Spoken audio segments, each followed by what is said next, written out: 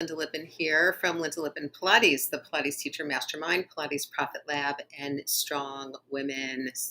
Thank you for anybody who's joining me today. I'm talking just myself today. We will be having interviews that are going to be resuming in October. But today I want to talk to you about building a Pilates business that works for your life, as opposed to scheduling your life around your Pilates business, which does not work so well. Now, I want to kind of go back to when I first started teaching Pilates. Now, that was like 32 years ago or 33 years ago, so it was a while. But I remember that when I first started teaching part-time, I was very lucky to be able to work my business around my life. And the reason why that was really exciting for me was that I was in graduate school. I was in a PhD program in philosophy at Temple, and I had a lot of other things going on. And so I, chose to work with clients who could work with me when I was available. And those were the clients I saw. But then when I got into teaching Pilates for other people, right, and working for myself, basically what I was told was that you had to be open and available when your clients were open and available. So that's what I did. And that led, when I owned my own studios, to working, 6, 7 days a week, often to starting earlier than I wanted to. Here in New York, to be there when the clients needed me to be there. I needed to start at 7 a.m., which meant getting up at 5 a.m. And I'm not a morning person. So that, that wasn't great for me for a decade either. But I always kind of worked my life around the business and around my client availability. Now, it's kind of funny that we do that, because apparently that's not what Joseph Pilates did, right? What Joseph Pilates did was he set hours in his studio and basically said, if you can take time off from work to deal with servicing your car or to go to the doctor, you can take time off of work to come do Pilates, because he was open business hours. He was open banker hours. And that's when he expected his clients, a lot of whom were highly functioning, high net worth people, to come in during their day. And they did. They made the time. And so once I started kind of reassessing and reapproaching my own personal Pilates business with a mindset of, I need time for myself. Hi, Faye. And I need, there's some things that I really need to have. I need 2 days off a week. Craziness. I like those 2 days. So thank you, to be back to back. Thank you for saying that I look so young. I just turned 55 actually on Wednesday. So there that is. So it really has been over 30 years, just so we're all aware. Sometimes people will say to me, you couldn't have been teaching for that long because you don't look like you're that old. And I go, thank you. But actually I am. Okay. With all the discussions going on now about freeing the archives and the Pilates history and the lawsuit, I opened my first studio in the middle of the trademark lawsuit. So that was not fun. And I'm glad that now I can call what I do Pilates and talk to you about a Pilates business, and not a business where you teach exercises based on the work of Joseph Pilates as taken in the historical context, because that's what we used to have to say. And that was a mouthful. Now, when you start to look at building a business that works for your life, the first thing that you actually need to focus on is what works for your life. And most Pilates teachers don't do that. We're focused on taking care of others. We're focused on taking care of our clients. We're focused on taking care of our studio managers, we're whatever. And we're not always focused on us. So number one thing that I would like you to do is sit down, take out a notebook, take 5 minutes and just close your eyes and take some deep breaths. Open your notebook and start to write down what you would like your schedule to look like in the best of all possible worlds. It doesn't mean you're going to go there tomorrow. Don't be afraid of it. It's just data, right? It's just you kind of writing shit down. It's nothing that you're going to have to do. It's nothing that's going to judge you. It's nothing that's going to do anything except be words on paper for right now, right? So when I looked at my ideal schedule, frankly, my ideal schedule was starting at 10 a.m. And I'm happy to work a little bit later in the evening, but I don't want to work earlier than 10 a.m. I'm not at my best earlier than 10 a.m. That's my time. I don't want to deal with other people other than my husband and my dog at that moment. Okay. It might be that you want to start super early and end early. That's fine.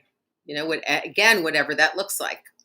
I also, because I work for myself and I work from home, I like to take breaks in my day. So I know that I want at least an hour off for lunch. I want an hour off late in the afternoon for like a snack and tea and maybe to read a novel or just like hang out for a little while and do non-businessy things. Okay. So I have those all blocked into my schedule, right? So I know that I want this hour and this hour done and for me. I choose to exercise and do my meditation and stuff early in the morning, not early in the morning, obviously, because I don't start till 10. So I could do that stuff around 8 or 9 and be perfectly fine. But I do that stuff before I start working. And it's extremely helpful for my day if I do that stuff before I start working. It's part of my daily habit that I have learned helps me be more productive when I am working. So once you've written down like how many days a week you want to work and what those days are, like for example, I work Sunday through Thursday. I like having one day off that's a business day during the week so that if I have doctor's appointments, if I have to do anything, I can do it then. And I like having, of course, one weekend day a week. A lot of my clients, because they're working, and some are now working out of the home, do better with Sunday appointments. So I teach a lot of privates on Sunday, but again, I take the Friday and Saturday off. Now, ultimately, I would like to work 4 days and have 3 days off, right? That is my ideal, just so you know, but I have made it to pretty much 4.5 days. Okay. I go from Sunday morning at 10 a.m. through Thursday at 3 p.m. and I teach my last client at 2. And right now, my little kind of ritual is that I celebrate every other Thursday with a 3:30 to 3:45 manicure pedicure appointment. Now, you may be wondering what happened to all those clients who wanted to see me super early in the morning. Guess what? A lot of them can see me a little bit later in their day. Some of them are able to see me in the evening after work. Once I drew my line in the sand and I was like, no, I'm not even willing to give you a 9 a.m. They were like, fine, how about 5:30? 5:30 is great for me. Again, because I start late, I take breaks during the day. When my latest Strong Bones group of women happened to be mostly from the left coast and needed to do later afternoon classes as their group sessions, even though I'm not so thrilled with teaching a 7:30 p.m. class, I'm able to do it because again, I start later in my day and maybe I take an extra break or two before that 7:30 class. Sometimes I even take a nap before that 7:30 class because I can. So once you draw that line for yourself of the time that you need, I promise you your clients will handle it. The other thing that I realized I really needed was like at least a solid week off every fiscal quarter. I think, at the least we can give ourselves is a week off every 3 months. And so I take that now and I build that into my schedule. So I know right now when we're going away because I already booked it for the week of October 24th. Okay. And that is my quarterly break. I'm taking another one in December just because, it's holidays and everything. So I'll take one within 8 weeks instead of 12 weeks. And then next year, I'm planning them all out. And frankly, if you get the calendar out and you hard, hard block your schedule into the times that you're really available and the times that you're not. And you also schedule in the times that you need for doing profit making activity for your business, like live videos, like social media posts, like emails, whatever that looks like for you. If you're podcasting, getting that blocked into the schedule. If you're being a podcast guest, getting those times blocked into your schedule. All the regular clients who you see, any classes that you're teaching, any program stuff that you need to do to serve your current clients who are paying you, you need to have that all blocked into your schedule. And if you're looking at your schedule and it doesn't leave a lot of time left for clients or for new things, then what I invite you to do is, instead of opening up more hours and just making yourself crazier to serve more people, is I want you to look at, number one, what you're charging for your time, because the majority of Pilates teachers who I know, including my clients and other, Pilates business coaches clients, all have an issue with undercharging and not charging enough. So once again, if you are completely blocked out in your schedule, if you are working really in the hours that you have and you're not making enough money, you need to start to look at what you're charging. You need to start to look at what you want to be making, at what you need to be making, at what you aspire to be making, and decide how much it is that you need to be making in a day or in an hour or per sale or whatever that looks like for you in order to make those income goals. It doesn't mean that you open up more and more time on your schedule to meet those goals while you're undercharging, because ultimately that is going to drain all of your energy. It is going to empty your cup, and you are not going to have anything left in you to give to your clients. You're not going to have anything left for the people who pay you to serve them, let alone have any energy left for yourself, for your family, or for doing any kind of other profit-making activities for your business. All right? You also need to look at your offerings. Are you only teaching privates, and maybe you could be doing some more group programs or some group classes? Are you only teaching low ticket group classes, or trying to do a membership site at like $20 or $30 or even $50 a month? Because frankly, if your income goal is $5,000 a month, you need 100 clients at $50 a month to make that income goal.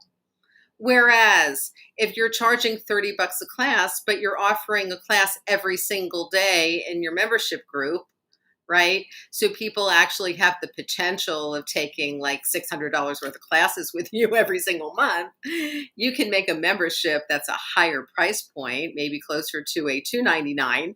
That is still a real great deal for those clients, but gives you some regular income and some better income. Okay. This high volume, low ticket thing that so many Pilates teachers have gotten sucked into will literally suck the life out of you. It will suck you dry.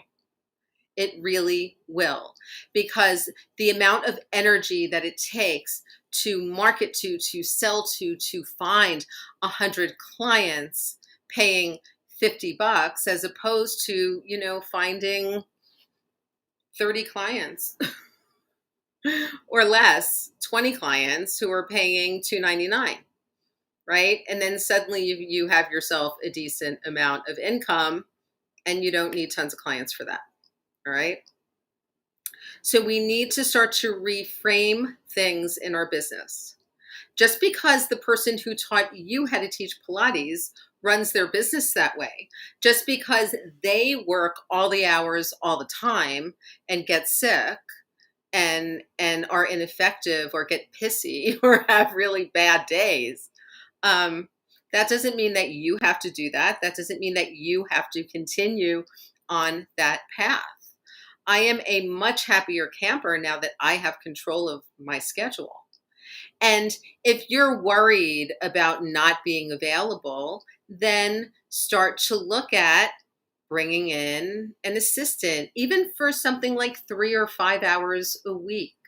Even if you paid that person $20 an hour, if you took that if you took that 3 to 5 hours that you're now no longer spending doing admin and emails and maybe social media posting because you farmed that out to somebody else, then you can see clients, add classes, or do programs during those 3 to 5 hours and probably make a lot more than $20 an hour. If you're only making $20 an hour, that's kind of a problem. So you see where I'm going with this. By charging more, by making more, and by working less, you will actually serve your clients better. Okay. If you are able to bring somebody else in to assist you in your business, you're also going to be helping them by giving them a source of income and by giving them a source of work and potentially referrals to other teachers who you know who might need their services.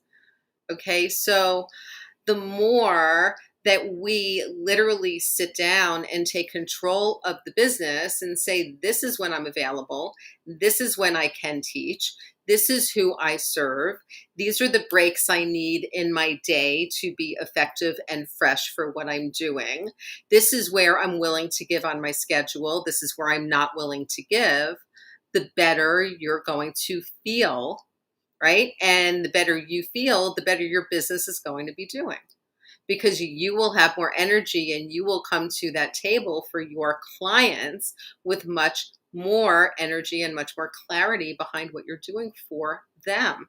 And you won't feel used and taken advantage of. Because if you feel used and taken advantage of and you're exhausted and you can't possibly do that last client and it sucks and you just want more days off, then that's going to start to affect how you teach. It is. And I've had teachers who were like that, who were fabulous teachers, but were just so fucking tired that they couldn't effectively teach and they got kind of pissy and it kind of bled into their classes. You don't want that. You want to be happy. You want to be fresh. You want to be there to really support your clients and support yourself. And your business is part of what supports you. You're not holding up your business, my friends. Your business should be helping to support you. That's the whole point, right? That the business is an energy exchange where we provide services for other people to help them feel and function better and do better in this world, right? Be stronger, hang out with their grandkids, be in less back pain, perform better in their sport, right? Win medals, do whatever it is that they're doing. And in exchange, people pay us. That period, end of discussion. That's what we do. That's how this whole thing works. So you need to look at serving at your best and your highest level so that you can charge the prices that you need to be charging so that you can work a schedule that helps support you, your life, and your family. That's really what you need to be doing. And I am the first person who's going to tell you that if you don't do that, there will be consequences. There will. You will get sick. You will get tired. You won't be able to serve. Your back will go out. You'll get shingles. You know, I was doing an interview with Leslie Logan, right, from Profitable Pilates, just last week or the week before. And what did she say? She said that so many of her clients who were young were getting shingles, fucking stress related shingles. Okay, so you need to be in control of your business. You need to be in control of your clients. You need to be in control of your pricing. You need to be in control of your schedule. And it starts by taking responsibility, by realizing that it's in your power to do that, and sitting down and writing. Seriously, write this stuff down, journal this. What are the hours that I want to work? How many hours do I really want to work in those days? Because let me tell you, even on the days that are my long days, say right now where I'm teaching at 10 a.m. and then I'm teaching, this 7:30 class for 45 minutes, I'm taking more breaks in my day because I need to, because it's important. So I hope you guys found this helpful. Now, if you would like to learn more about this process, about the entire process of really looking at your business, really looking at your hours that you want to work, looking at your pricing, looking at your client niche, and looking at all the things business and mindset related in running a successful Pilates business that helps support you and not just you propping that shit up. I invite you to join me starting Sunday, October 3rd. I am teaching a free 5-day workshop in my Pilates Profit Lab group on Facebook. Okay. When you join that group, there is a whole lot of free and wonderful information in there right now on mindset, on teaching Pilates, on special populations, on neuromuscular conditions, on all kinds of fun things, as well as many interviews with experts and professionals in their fields, both in the Pilates world and in the outside world of business and support and social media and networking and all the things. I try to bring my Pilates teachers all the things in the Pilates Profit Lab group. Um, Join now and be there for the workshop that will start on Sunday, and it will start on Sunday at 3 p.m. Eastern Time. Now, if you can't make that time for the lives, do not worry. The live videos will be in the group. So I will put a link to join the group in the comments to this video. And I hope that you guys join me over there for the upcoming Pilates Profit Lab workshop. Have a great rest of your day, and I will talk to everybody soon. And if you're on Instagram, the link is in my profile in my link tree. Bye.